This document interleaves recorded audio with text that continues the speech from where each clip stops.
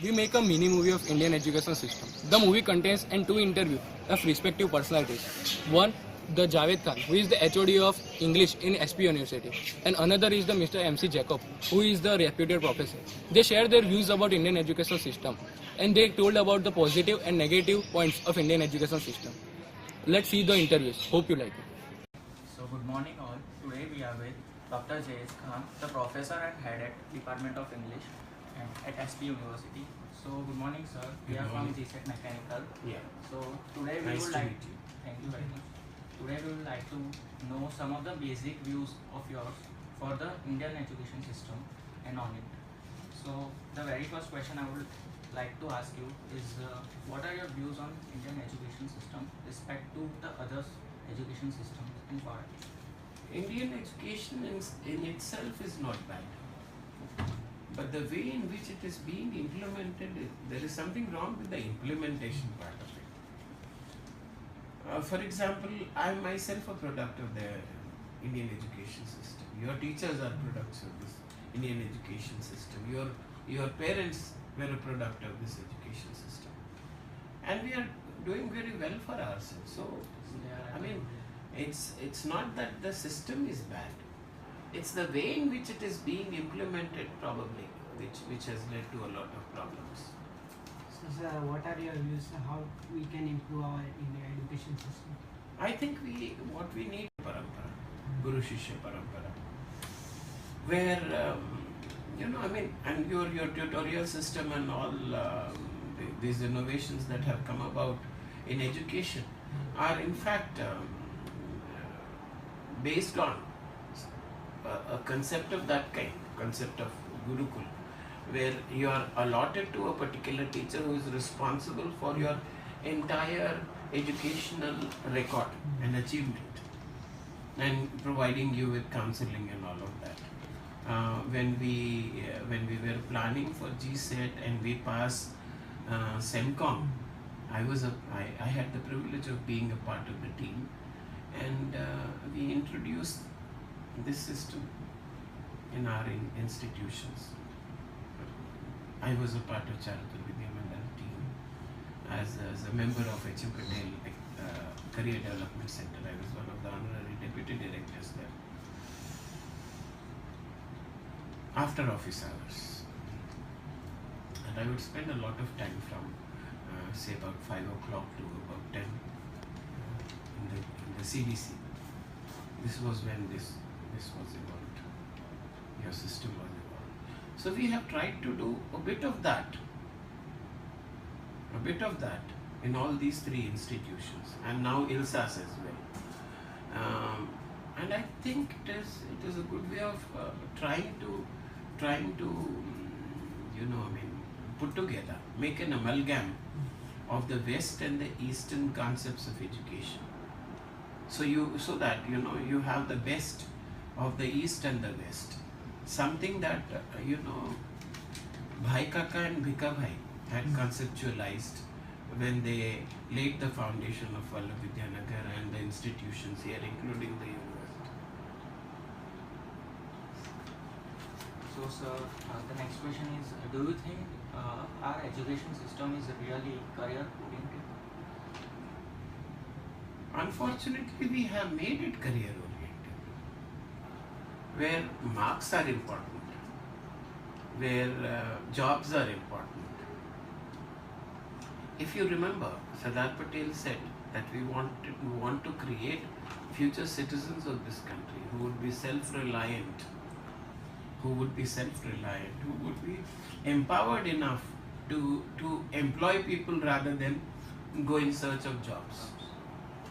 We don't want people who loitering for jobs, but we want to create a new kind of in India where students are self-employed, self-employable, who have the necessary skills to be able to do so. Unfortunately, that does not seem to be happening. Maybe because of changed perceptions, maybe because of the pressures, social pressures that are coming about, and maybe because again there are numbers have grown. For example, when I was doing my MA in this very department, I'm a product of this department, we were just 20 of us in the class. I have handled a class of 140. MA and 140 is something unimaginable.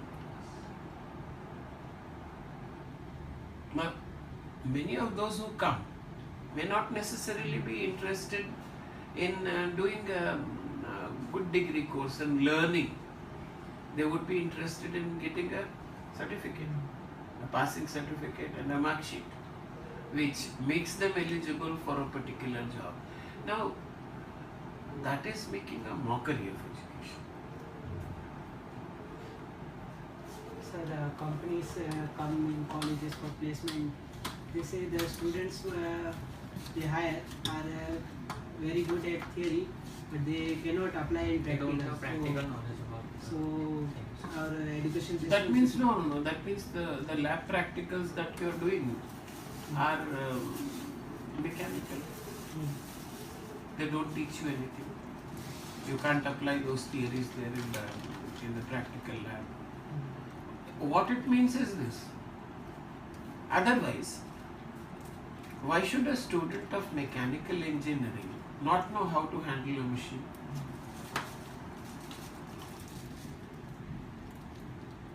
You get my point? Yes, sir. You theoretically you are right up to date about how machines function and what are the various parts, etc., etc., etc. But then if you are not able to use them, it's like this, I have read a lot about how to drive a car, but I cannot pick up the courage to actually start learning to drive a car because of the phobias that I have. That I is impersonal. I'm not talking about myself. I don't know.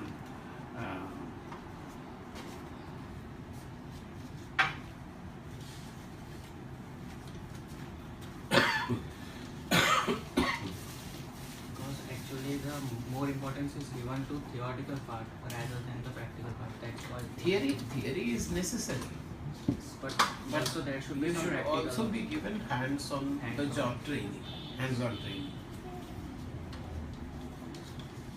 And that can happen when you have good furnished labs and you have the kind of people who are interested in helping you learn the how-to part of it. That how-to part of it is important.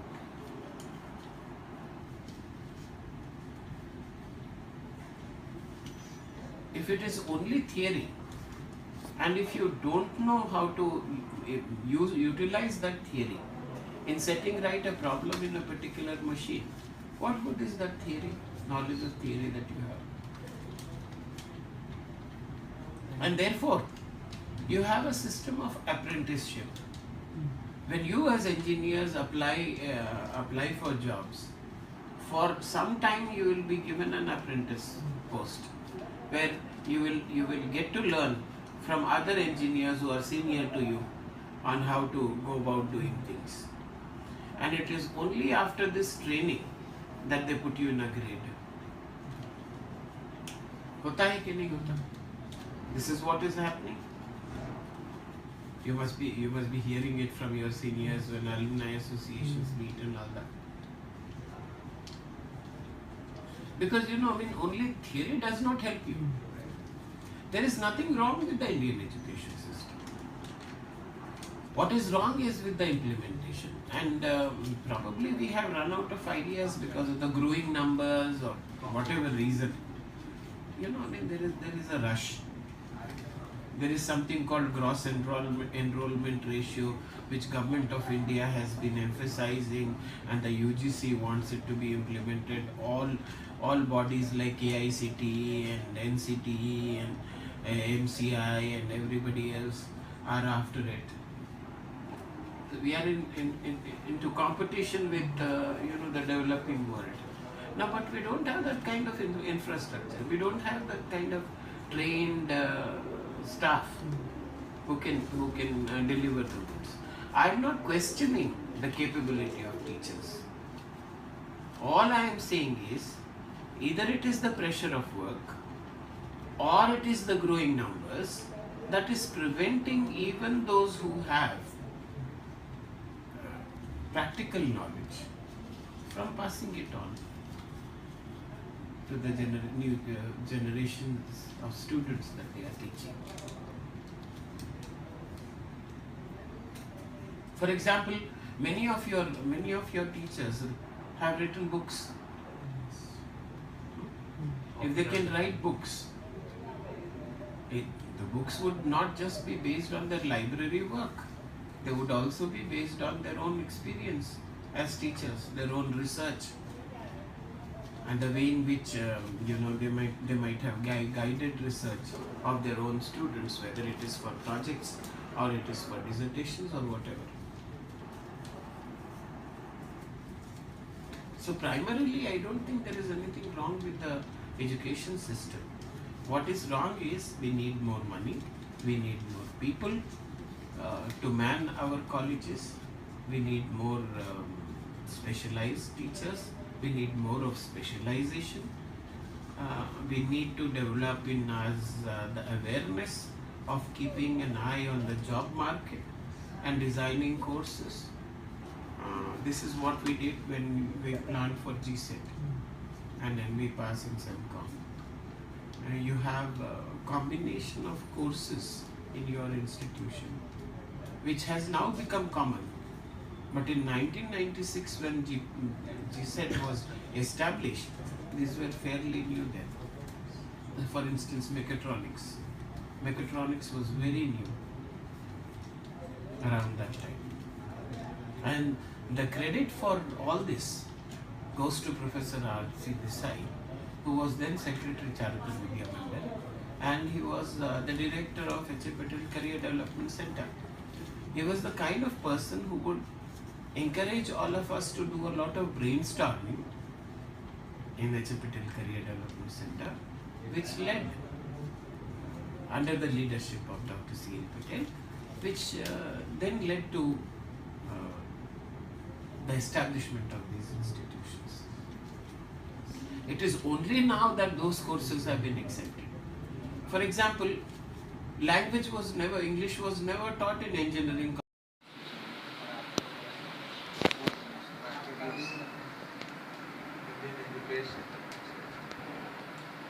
So nowadays,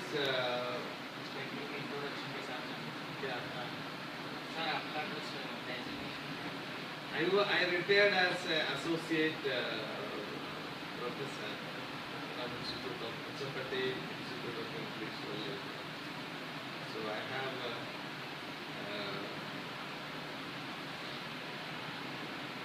had my training in Kerala University and Central Institute of English. Now it is English and Foreign Languages University. Then it's a Patel Institute of English, MS University, Baroda. So I retired from service after 34 years teaching at Patel in 2008. I was principal in Anand Education College. Now at present I am academic counselor at the English and Foreign Languages University, Hyderabad. So I direct their PGCP, PGDP schools and also associated with many other institutions. I am the convener of the governing body of schools.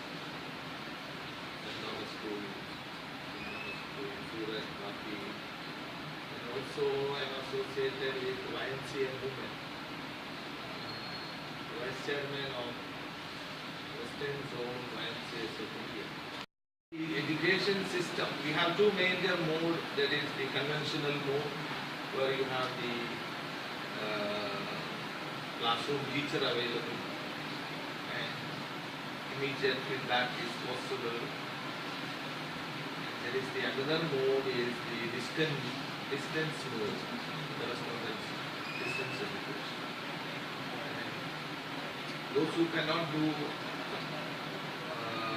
regular program, they go to distance mode. Normally, disadvantage to give up education after SSC, after a gap of 5 years, 6 years, they join distance learning mode and then pass out. Some of them put in hard work, some of them don't. Those who put hard work, they come out with flying colors. They others, because you need high motivation for doing. Nowadays, the education, the standard has deteriorated. It has come down because there are mushrooming of educational institutions, self-financed institutions. Many of these institutions, they don't bother about quality. They want, they admit people, collect fees, and students also keep eye on marks, grades.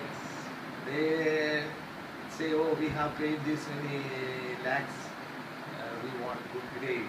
So teachers are being influenced. Even the teachers are not properly paid. Their job is not secure, particularly self-finance colleges. So they get poor pay, they don't take the work seriously. So students suffer. So the qualities suffer. So when you go out in the market for job, difficult to get. Even first rank holders find it difficult to get job these days because of poor quality. They don't have practical knowledge. They have theoretical knowledge, practical knowledge they do. Many companies, they ask for people with experience. Okay. And it is a joint effort. The management, students, all stakeholders should work together to improve the standard. Otherwise, state of affairs will remain as it. And engineering and all, the quality comes down because the government also has changed the policy. Now, earlier, in order to get admission to be an engineering program, you needed 50% marks. Earlier, more than. Now, even people with 40% at HSC can get into engineering. Seats are also vacant. Seats are They are vacant. not filled. They are not filled. So, the quality has suffered. So the present condition is not that much good. No, the present condition is not. You may get a degree, but quality is very poor. No practical knowledge, and particularly communication skills. They don't have good communication skills. Very bad English they use. They don't pay attention to communication skills, learning good English. So they suffer. So Bhimrao Ambedkar introduced the reservation system. Bhimrao Ambedkar But the introduced. reservation, we should scrap it because good students, forward community, they suffer. But they should be encouraged. Poor, backward class should be encouraged. Government should take management people, ways and means should be thought about to improve or to give them better education. But reservation is not the result, not the solution. Then merit will, people with good merit will serve. So there should be a time when they should be scrapped. Only merit should be the criteria.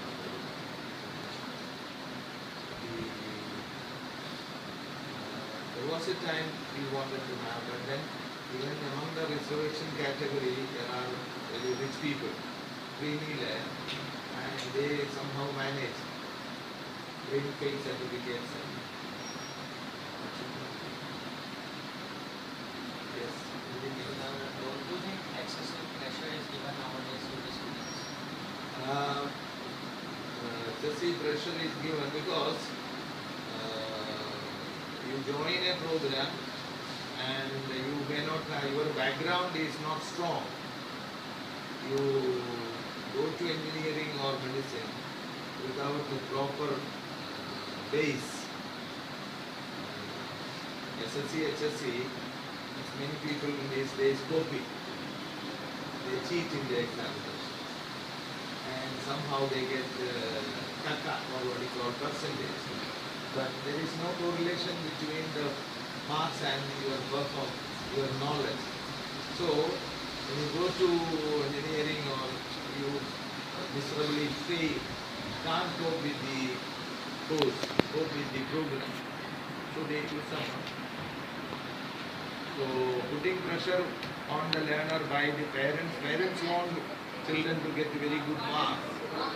So sometimes they are put into very great difficulty. Some people they commit suicide also. But in the semester they can't do well. Many people they fail. So teachers put pressure, parents put pressure, peers, and they get dispirited. Sometimes you leave the program, there may be dropout, and that affects the family. Some students they take extreme stress. Yes, anything else? How comfortable are you in the use of English? Do you pardon? What is your belief? How can you see communication skill? This communication doesn't come from the heaven. Whenever you get opportunity, you should speak. You should communicate. Competent speakers of English, teachers of English, for example, teacher of English is the competent authority in the classroom. There is little English outside as far as Gujarat situation is concerned, whether it is Vandanagar or Anand or Ahmedabad. Outside you don't find English, people don't use. But inside the classroom, whenever you get opportunity, communicate. We use the word groping in the dark. When you are put in a new situation, you are not sure. Particularly in a dark room, you want to go to the switchboard, you will stretch out your arm and then try to go. And likewise, don't feel diffident. Don't become nervous. Whatever linguistic knowledge, whatever vocabulary structures you have, you use it. The more you use, the better will be the knowledge, ability. And language education is for empowerment. Once you get good knowledge of English, you will be empowered to use English. And if you feel shy,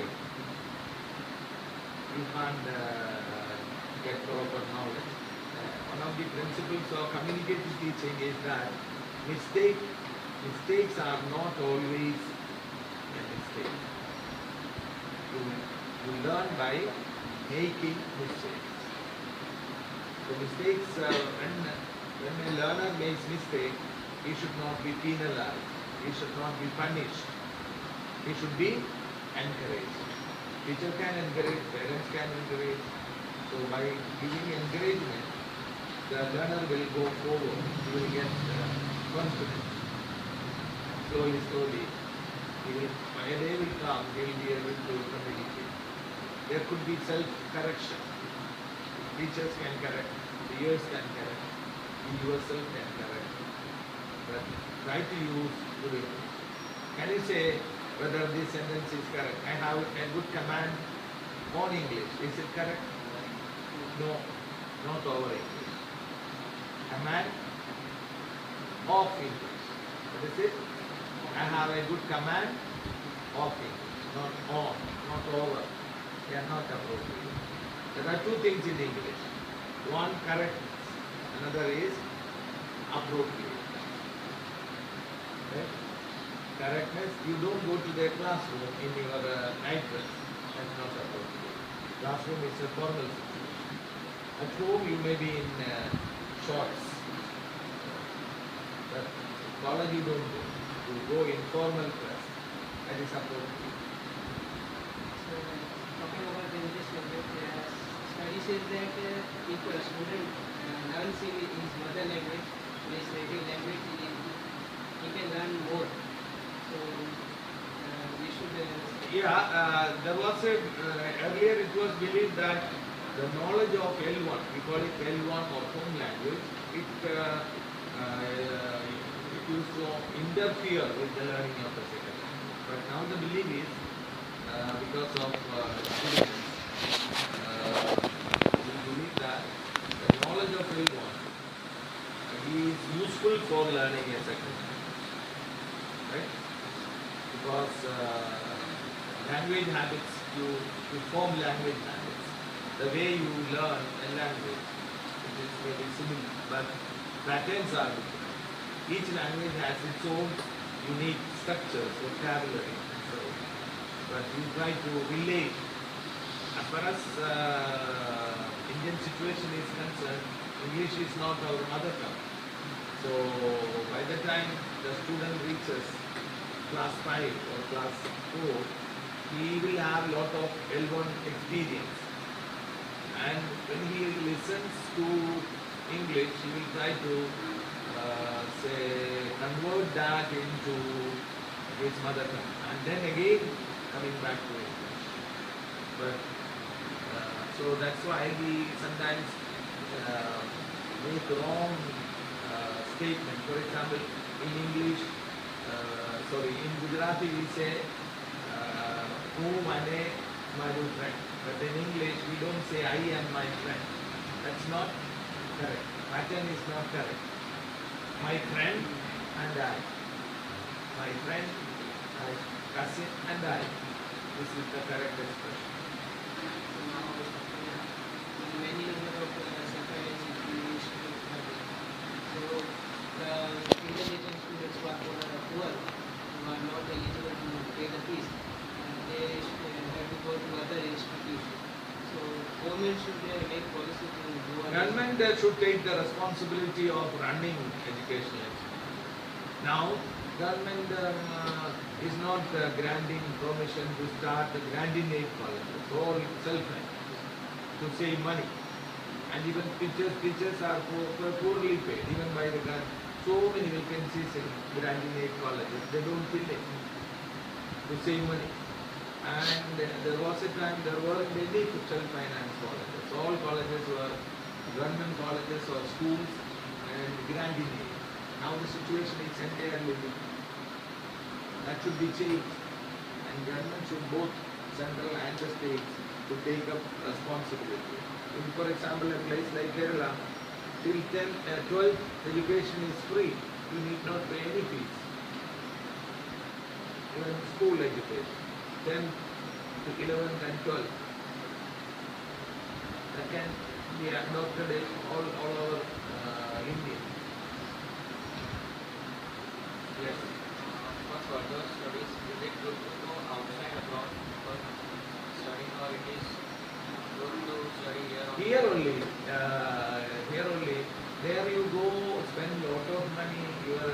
I have seen people suffering in America, Australia. If we compare, then the ratio of success is more in abroad rather than in India. That is true, but if you have money only, otherwise you will suffer. Lakhs of rupees you have to spend there, and no guarantee that after completion of the course you will be absorbed there. Then you will think about staying back illegally. That's not fair. In our country, if you have a good education, if you can compete, if you are strong educationally, professionally, you will get a good job, and the salary also very good. IT companies, TCS, Infosys, all those, they pay you very high salary. Even our army, they want the engineers. So first think about India. Don't have a craze for going abroad. Our manpower is lost. Government is spending crores of rupees on education, even training an MBBS doctor or an engineer. But after passing out, they go out, and that is very bad for our country. but it's so that the value of the abroad universities and degrees are more than Some of these degrees are even when you come back after doing such courses here, it may not be recognized. Again, you will have to. For example, England, for a friend of mine, and son, he did some MTech from England. It is here, it was not recognized. Now he went to Baroda or ADIT, did another course, PG course, and then got translated. Now that degree is recognized. So you have to, there are many fake universities outside. Here also some UGC has identified fake universities, particularly not them. So you have to be very careful. Some agents also cheat students. Don't you think agents also cheat? When you go there, you will find that the institute that you have chosen is not say good standing or valid, not recognized by the government. You will suffer, you will lose all money. In GTU, the students who claim before night before the exam, we should check Is it most of the questions are objective type or how many? MCQ is also there. How is it within those who? How is it you don't have internal marks? How many? 20. Only 20 marks or 20%? 20. For each paper. So if you don't pass in internal, will you be allowed to go for external?